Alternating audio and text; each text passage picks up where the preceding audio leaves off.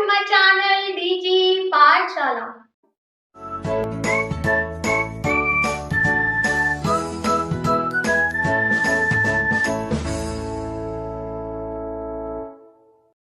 Guys, आज की video का टॉपिक है properties of sulphuric acid. So guys, इस वीडियो में मैं आप लोगों को सल्फ्यूरिक एसिड की physical as well as chemical properties बताने वाली हूँ। तो चलिए स्टार्ट करते हैं। गाइस, सबसे पहले देखते हैं सल्फ्यूरिक एसिड की फिजिकल प्रॉपर्टीज। तो गाइस, इसकी डिफरेंट फिजिकल प्रॉपर्टीज होती हैं। तो first property is colour. Guys, ये जो एसिड होता है ये कलरलेस होता है, कोई भी कलर नहीं होता।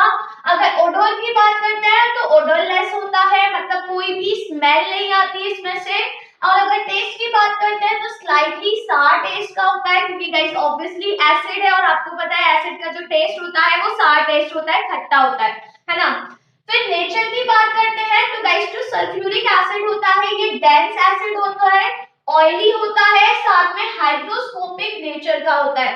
गाइस, हाइड्रोस्कोपिक का मतलब होता है कि जो सल्फ्यूरिक एसिड होता है वो एयर से मतलब एटमॉस्फेयर से मॉइस्चर को एब्जॉर्ब कर लेता है। तो इस वजह से जो सल्फ्यूरिक एसिड होता है इसको टाइटली स्टोर करा जाता है, बिल्कुल बंद करके रखा जाता है, क्योंकि एटमॉस्फेयर से ये मॉइस्चर को एब्जॉर्ब कर लेता है, बिकॉज ये हाइड्रोस्कोपिक नेचर का होता है। देन गाइस, डेंसिटी की बात करते हैं तो जो प्योर सल्फ्यूरिक एसिड होता है इसकी डेंसिटी होती है 1.85 ग्राम पर सेंटीमीटर क्यूब। गाइस, यहाँ पे सीसी का मतलब है सेंटीमीटर क्यूब, क्लियर। फिर अगर बॉइलिंग पॉइंट की बात करते हैं तो गाइस इसका जो बॉइलिंग पॉइंट होता है that is 338 degree Celsius. Guys, अगर हम तीनों एसिड में कंपैरिजन करें, सल्फ्यूरिक एसिड, नाइट्रिक एसिड और हाइड्रोक्लोरिक एसिड, तो सबसे ज्यादा जो बॉइलिंग पॉइंट होता है वो सल्फ्यूरिक एसिड का होता है, फिर उससे कम होता है नाइट्रिक एसिड का और सबसे कम होता है हाइड्रोक्लोरिक एसिड का। गाइस, ये जो क्वेश्चन है ये प्रीवियस ईयर में आया हुआ क्वेश्चन है, तो इस चीज को याद रखिएगा कि अगर बॉइलिंग पॉइंट की बात कर रहे हैं हम यहाँ पर तो सबसे ज्यादा बॉइलिंग पॉइंट होता है सल्फ्यूरिक एसिड का, फिर इससे कम होता है HNO3 नाइट्रिक एसिड का और फिर सबसे कम होता है हाइड्रोक्लोरिक एसिड का, क्लियर। तो ये चीज याद रखिएगा। फिर बात करते हैं मेल्टिंग पॉइंट की। तो गाइस, जो प्योर सल्फ्यूरिक एसिड होता है ये फ्रीज हो जाता है कलरलेस क्रिस्टल में एट 10.4 डिग्री सेल्सियस। इसका मतलब इसका जो मेल्टिंग पॉइंट होता है that is 10.4 degree Celsius. Guys, again अगर हम मेल्टिंग पॉइंट को कंपेयर करें तीनों एसिड के, तो गाइस सबसे जो ज्यादा मेल्टिंग पॉइंट होता है वो अगेन सल्फ्यूरिक एसिड का होता है, उससे कम नाइट्रिक एसिड का होता है और सबसे कम हाइड्रोक्लोरिक एसिड का होता है। तो ये चीज याद रखिएगा, क्योंकि ऐसे करके क्वेश्चन पहले ईयर में आया हुआ है, हो सकता है ऐसा क्वेश्चन आ जाए, क्लियर। फिर गाइस बात करते हैं सॉल्युबिलिटी की। तो जो सल्फ्यूरिक एसिड होता है ये सॉल्युबल होता है वाटर में हर तरीके से, कैसे भी ये वाटर में सॉल्युबल हो जाता है। फिर कंडक्टिविटी, तो गाइस अगर प्योर सल्फ्यूरिक एसिड है, प्योर है, तो ऑलमोस्ट नॉन कंडक्टर होता है ये इलेक्ट्रिसिटी का। कैसा sulphuric acid? Pure, because guys जो प्योर सल्फ्यूरिक एसिड होता है उसमें कोई भी आयंस प्रेजेंट नहीं होते, और आप लोगों को पता है इलेक्ट्रिसिटी तभी कंडक्ट होती है जब आयंस प्रेजेंट होता है। तो जो प्योर सल्फ्यूरिक एसिड होता है उसमें आयंस प्रेजेंट नहीं होते, तो इस वजह से pure sulphuric acid almost non conductor होता है इलेक्ट्रिसिटी का। बट गाइस अगर डाइल्यूट सल्फ्यूरिक एसिड है, डाइल्यूट मींस उसमें ज्यादातर वाटर मिला हुआ है, तो अगर वाटर मिला है तो आयंस फॉर्म हो जाते हैं। तो जो डाइल्यूट सल्फ्यूरिक एसिड होता है ये गुड कंडक्टर होता है इलेक्ट्रिसिटी का, ये चीज याद रखिएगा। अगर प्योर सल्फ्यूरिक एसिड है तो नॉन कंडक्टर है, और अगर डाइल्यूट सल्फ्यूरिक एसिड है तो गुड कंडक्टर है इलेक्ट्रिसिटी का। फिर बात करते हैं कांस्टेंट बॉइलिंग मिक्सचर की। तो गाइस जो सल्फ्यूरिक एसिड होता है ये कांस्टेंट बॉइलिंग मिक्सचर फॉर्म करता है एट 338 डिग्री सेल्सियस पर। और गाइस कांस्टेंट जब ये बॉइलिंग मिक्सचर फॉर्म हो जाता है तो इसमें 98.5% एसिड प्रेजेंट होता है, मतलब बहुत ज्यादा कंसंट्रेटेड एसिड फॉर्म हो जाता है, क्योंकि उसमें 98.5% सल्फ्यूरिक एसिड प्रेजेंट होता है। Then guys last physiological nature की बात करते हैं। तो जो कंसंट्रेटेड सल्फ्यूरिक एसिड होता है ये हाईली कोरोसिव नेचर का होता है। कैसा? कंसंट्रेटेड सल्फ्यूरिक एसिड गाइस अगर गलती से भी स्किन पर गिर जाता है तो स्किन को जला देता है and charge the skin black. और गाइस जैसे स्किन जल जाती है तो वो पूरी जो स्किन होती है उस एरिया की वो बिल्कुल ब्लैक हो जाती है। तो याद रखिए कि जो कंसंट्रेटेड सल्फ्यूरिक एसिड है ऑब्वियसली स्ट्रॉन्ग एसिड है, हाईली कोरोसिव नेचर का होता है। अगर गलती से भी स्किन पे गिर जाता है तो उस एरिया को पूरी तरह जला देता है और स्किन ब्लैक कलर की हो जाती है। क्लियर? तो गाइस ये सभी हो गई फिजिकल प्रॉपर्टीज। अब केमिकल प्रॉपर्टीज देखते हैं, पर उससे पहले इसको नोट कर लीजिए। गाइस आज मैं आप लोगों को ओनली डाइल्यूट सल्फ्यूरिक एसिड की केमिकल प्रॉपर्टीज बताने वाली हूँ। कंसंट्रेटेड सल्फ्यूरिक एसिड की केमिकल प्रॉपर्टीज मैं आप लोगों को नेक्स्ट वीडियो में बताऊंगी। तो आज हम सिर्फ डाइल्यूट सल्फ्यूरिक एसिड की केमिकल प्रॉपर्टीज देखेंगे। अब गाइस देखिए, अगर प्योर हाइड्रोजन सल्फेट है, प्योर हाइड्रोजन सल्फेट मतलब 100% H2SO4 है, उसमें कोई भी वाटर प्रेजेंट नहीं है। तो गाइस अगर प्योर हाइड्रोजन सल्फेट होता है तो वो एसिड नहीं होता। क्यों नहीं होता? क्योंकि उसमें कोई भी आयंस प्रेजेंट नहीं होते। तो ये चीज याद रखिएगा कि अगर प्योर हाइड्रोजन सल्फेट है तो वो एसिड नहीं है, मतलब अगर 100% H2SO4 ही है, कोई भी वाटर ऐड नहीं है उसमें, तो वो एसिड नहीं होता। क्यों नहीं होता? क्योंकि वो आयनाइज नहीं हो सकता, आयंस में कन्वर्ट नहीं हो सकता। अब कोई भी सब्सटेंस एसिड तभी होता है जब उसमें हाइड्रोनियम आयन प्रेजेंट होते हैं, तभी वो एसिडिक प्रॉपर्टी शो करता है, वरना वो एसिड नहीं होता। पर गाइस जब सल्फ्यूरिक एसिड को वाटर में डिसॉल्व करवाया जाता है, तो जैसे इसको वाटर में डिसॉल्व करवाते हैं तो हाइड्रोनियम आयन फॉर्म हो जाते हैं, और जैसे हाइड्रोनियम आयन फॉर्म होते हैं तो acidic property sulphuric acid show करने लगता है। तो ये चीज याद रखिएगा, अगर प्योर हाइड्रोजन सल्फेट है तो वो एसिड नहीं है, क्योंकि वो आयोनाइज नहीं हो सकता, उसमें आयन प्रेजेंट नहीं होते। बट अगर सल्फ्यूरिक एसिड को वाटर में डिसॉल्व करवाते हैं तो हाइड्रोनियम आयन फॉर्म होते हैं। तो देखिए गाइस, जब सल्फ्यूरिक एसिड को वाटर में डिसॉल्व करवाया तो ये हाइड्रोनियम आयन फॉर्म हो गया। अभी यहाँ पर एक हाइड्रोनियम आयन फॉर्म हुआ और साथ में बाइसल्फेट आयन फॉर्म हुआ। फर्दर ये वाटर मॉलिक्यूल के साथ रिएक्ट करेगा तो यहाँ पे दूसरा हाइड्रोनियम आयन फॉर्म हो गया और सल्फेट आयन फॉर्म हो गया। दैट मींस जो एक मॉलिक्यूल होता है सल्फ्यूरिक एसिड का वो फॉर्म करता है 2 हाइड्रोनियम आयन। कितने आयन फॉर्म हो रहे हैं यहाँ पे? 2 हाइड्रोनियम आयन। तो गाइस जो सल्फ्यूरिक एसिड होता है ये डायबेसिक एसिड होता है। कैसा होता है?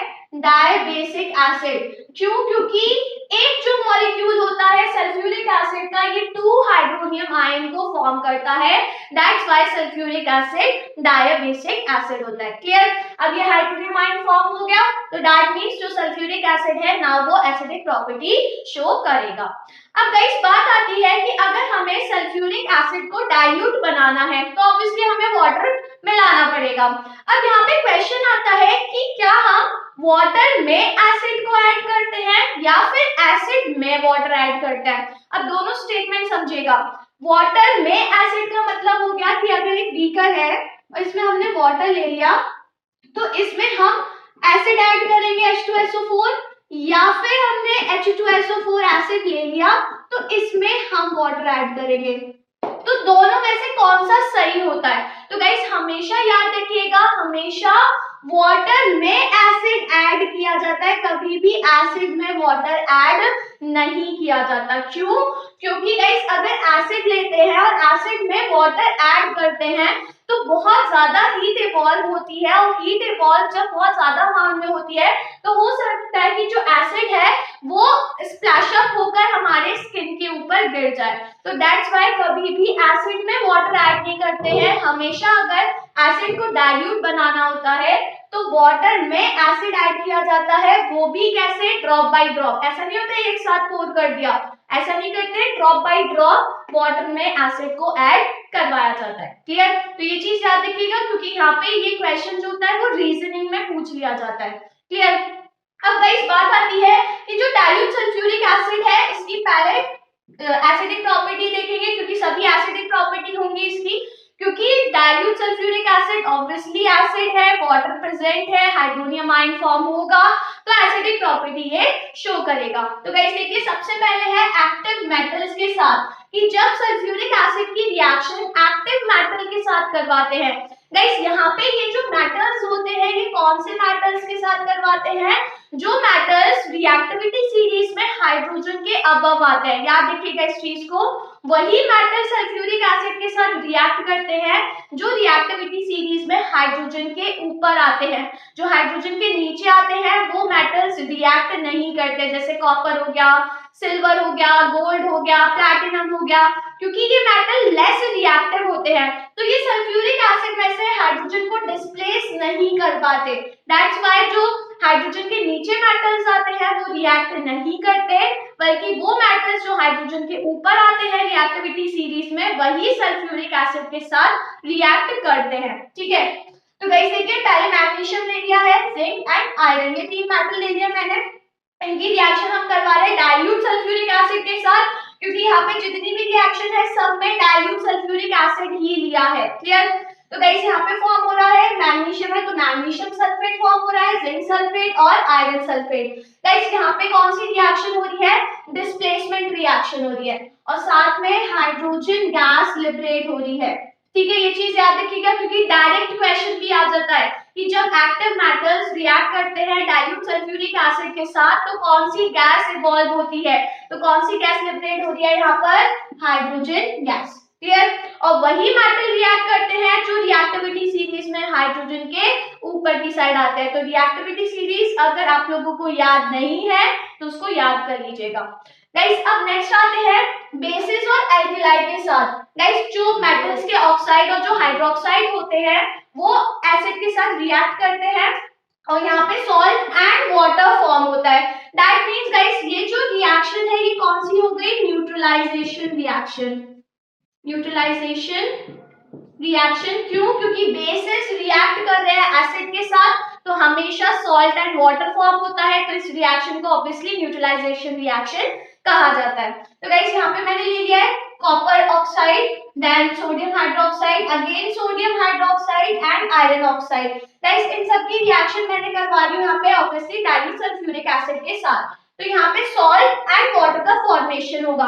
गाइस अगर कॉपर ऑक्साइड है तो इसकी रिएक्शन करवाई डाइल्यूट सल्फ्यूरिक एसिड के साथ, तो यहाँ पे कॉपर सल्फेट फॉर्म हुआ एंड वाटर फॉर्म हुआ।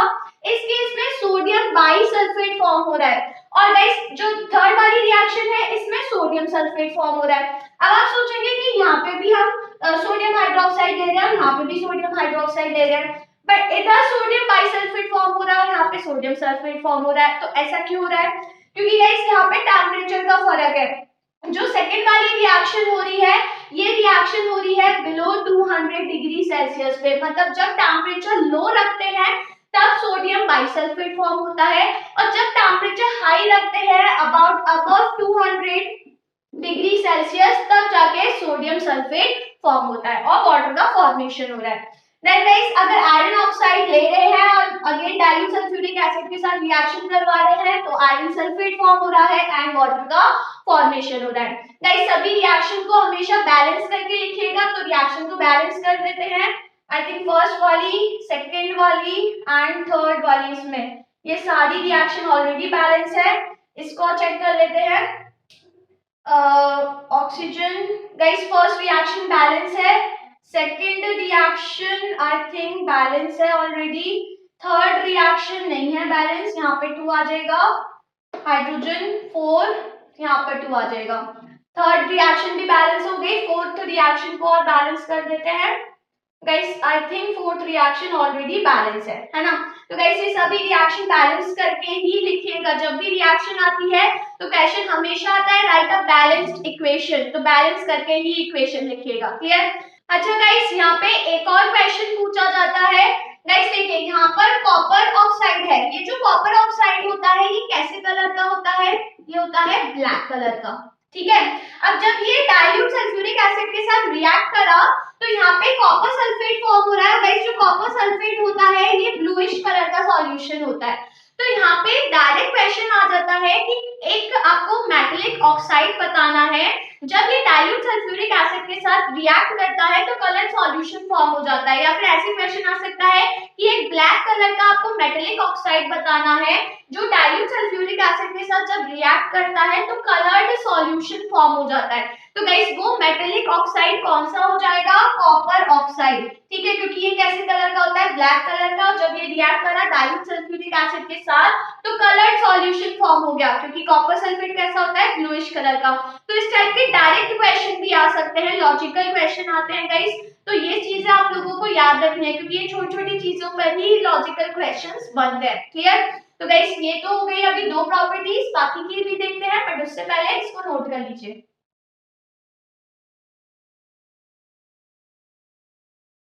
चलिए गाइस, तो अब देखते हैं कार्बोनेट्स एंड बाइकार्बोनेट्स के साथ जब एसिड रिएक्ट करता है तो क्या होता है। तो गाइस जो मेटलिक के कार्बोनेट्स एंड बाइकार्बोनेट्स होते हैं, जब इसके साथ डाइल्यूट सल्फ्यूरिक एसिड रिएक्ट करता है तो सॉल्ट फॉर्म होता है, वाटर फॉर्म होता है, साथ में कार्बन डाइऑक्साइड गैस लिबरेट होती है। कौन सी gas? Carbon dioxide gas. Clear? तो गाइस देखिए यहाँ पे सोडियम कार्बोनेट ले लिया मैंने, सोडियम बाइकार्बोनेट ले लिया एंड पोटेशियम बाइकार्बोनेट। तो जब ये रिएक्ट कर रहे हैं डाइल्यूट सल्फ्यूरिक एसिड के साथ तो सबके रिस्पेक्टिव सॉल्ट फॉर्म हो रहे हैं, sodium sulphate, again sodium sulphate and potassium sulphate, साथ में वाटर फॉर्म हो रहा है और कार्बन डाइऑक्साइड गैस लिबरेट हो रही है। तो गाइस यहाँ पे डायरेक्ट क्वेश्चन आता है कि जब मेटेलिक कार्बोनेट्स या फिर बाइकार्बोनेट्स रिएक्ट करते हैं डाइल्यूट सल्फ्यूरिक एसिड के साथ तो कौन सी गैस लिबरेट होती है? तो याद रखिएगा कौन सी गैस लिबरेट होती है? Carbon dioxide gas. फिर बात करते हैं मेटल सल्फाइड्स के साथ जब डाइल्यूट सल्फ्यूरिक एसिड रिएक्ट करता है तो सॉल्ट फॉर्म होता है और इस केस में हाइड्रोजन सल्फाइड गैस लिबरेट होती है। तो यहाँ पे मैंने ले लिया sodium sulphide, iron sulphide and zinc sulphide. तो जब ये तीनों रिएक्ट कर रहे हैं डाइल्यूट सल्फ्यूरिक एसिड के साथ तो क्या फॉर्म हो रहा है? इनका रिस्पेक्टिव सॉल्ट फॉर्म हो रहे हैं, sodium sulphate, iron sulphate and zinc sulphate, साथ में गैस लिबरेट हो रही है, that is hydrogen sulphide gas. Guys direct याद रखिएगा कौन सी गैस लिबरेट होती है इस केस में? Hydrogen sulphide gas. Clear?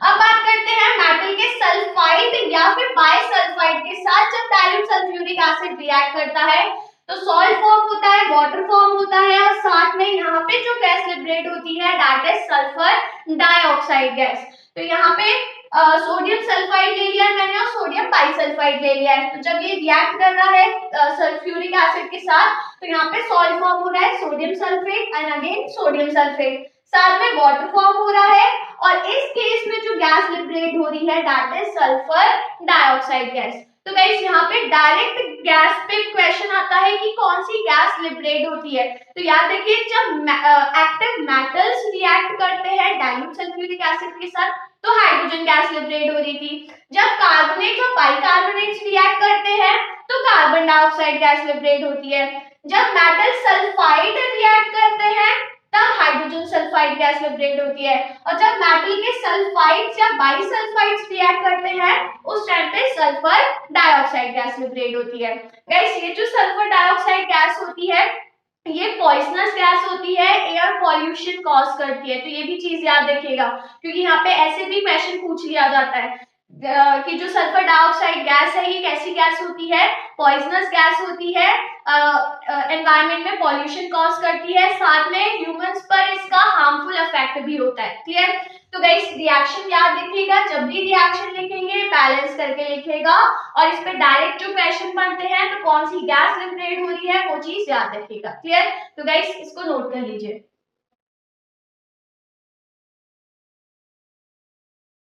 Guys अगर आपको ये वीडियो पसंद आई हो तो वीडियो को लाइक करिए, शेयर करिए और अगर आपने अभी तक मेरा चैनल सब्सक्राइब नहीं करा है तो फटाफट से चैनल को सब्सक्राइब करिए। तो अब मैं आपसे मिलती हूँ मेरी अपकमिंग वीडियो में एक नए टॉपिक के साथ। तो तब तक के लिए बाय बाय।